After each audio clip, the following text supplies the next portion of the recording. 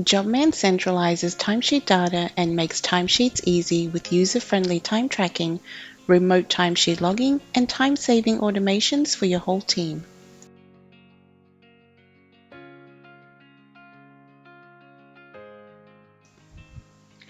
For Office users, select View Timesheet from the User menu panel. The current day will be highlighted in grey. To add a timesheet entry, click and hold on a time slot and a pop-up will appear. Choose an item from the drop-down menu, complete the task details, and click Create.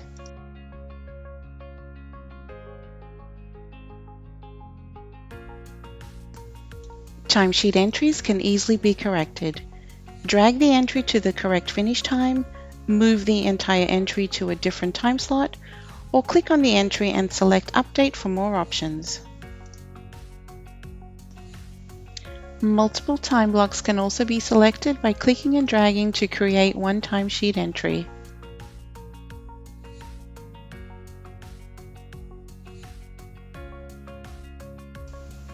Time can also be logged from the Task tab in the user profile. To create the timesheet entry, click on the three dots next to the task and select Start.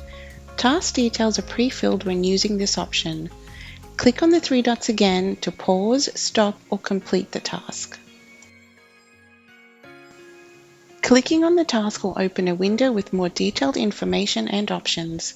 From here, users can update task information, set a start date, assign the task to a member, or even start and complete the task.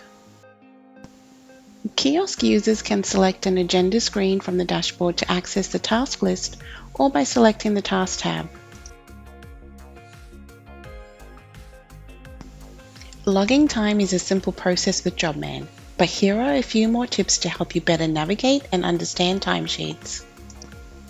If a task appears on an agenda screen or list that is not required, select NA to remove it from the workflow. Select Pause if work temporarily stops. Select Stop if the task isn't completed and work won't resume the same day.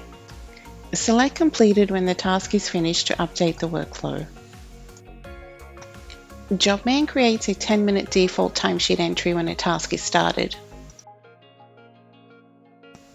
Click Refresh in the timesheet window if a task has been started and the timesheet entry is not showing. The calendar view can be changed by clicking on either List, Day, Week, or Month. If a task has been incorrectly started or set to completed, the progress bar can be reset by sliding it back to 0%. Remember, help is always just a click away on the user menu panel. Simply type your question to search for what you need.